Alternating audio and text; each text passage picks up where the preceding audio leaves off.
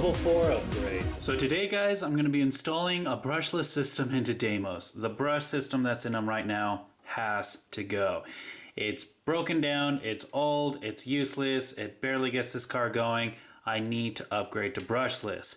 And since I don't have the Tekin system I want for it yet, I might as well go ahead and put this in here for now. As you can see, we have a Sidewinder SCT that was donated to me by the RC enthusiast. Thanks a ton, man. But it doesn't end there. It is connected to a 4-pole 6,900 kV Castle motor that was donated to me by that white kid. Thank you both for this awesome donation. Guys, let's get this installed. So the first thing I'm going to go ahead and do is open up the waterproof receiver box. It's held together with 4 screws. We have 1 screw on each side and then 2 that hold down the wire tie. Now I can go ahead and just pull off the wire tie and open up the waterproof receiver box. Inside, of course, we have the receiver, and plugged into channel 2 is, of course, the ESC. And I'm going to go ahead and unplug that now, along with the servo by mistake. Make sure that stays into channel 1.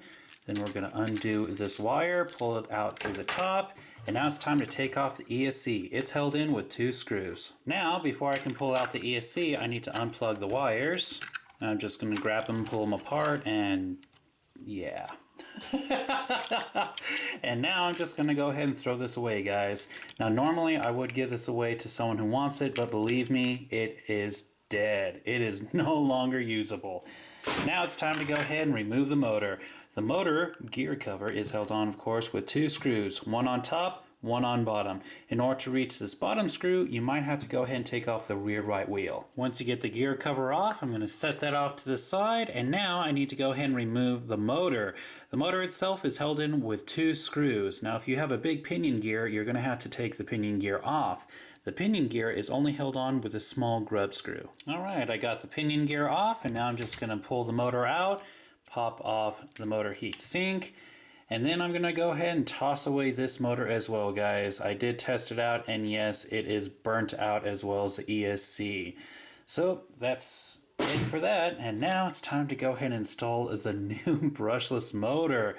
So guys, as you can see, there are plenty of holes in here. I'm just going to go ahead and line it up and then reattach those 2 screws. Now once you get those 2 screws attached, you don't want to tighten them down all the way yet. You want to keep them slightly loose, that way you can adjust the motor, because you do have to reattach the pinion gear first. Now you'll see that there is a flat side to the shaft for the motor. You're just going to line that up with the grub screw, and then line up the teeth on the spur gear with the pinion, and then tighten down the grub screw. Once you got that grub screw tightened, it's time to go ahead and adjust the perfect spacing between the pinion and the spur. You don't want it too tight, otherwise the 2 gears are going to grind, but you don't want them too far apart, otherwise it's going to destroy the teeth on the spur. Once that's all taken care of, you can go ahead and reattach the gear cover. Guys, one of the screws is longer than the other. The longer screw goes on top, the shorter one on bottom. With that taken care of, it's time to move on to the ESC. Now for this, it's going to have 2 wires plugging into the receiver. The thinner wire is for the fan. The thicker wire is for the ESC itself. So I'm going to go ahead and get both of the plugs and feed it through the top of the waterproof receiver box. Once I feed it through, I'm going to go ahead and get the ESC, and I'm going to plug it into channel 2. And then for the fan, I'm just going to go ahead and plug it into the top port, which is the battery. And now I'm just going to go ahead and seal all these wires back into the waterproof receiver box. Remember that there is a screw on each side, and then 2 for the wire tie down. Alright, now that that mess of wires have been taken care of, I'm going to go ahead and use some double-sided tape, and then stick the ESC onto the ESC plate. Just like that.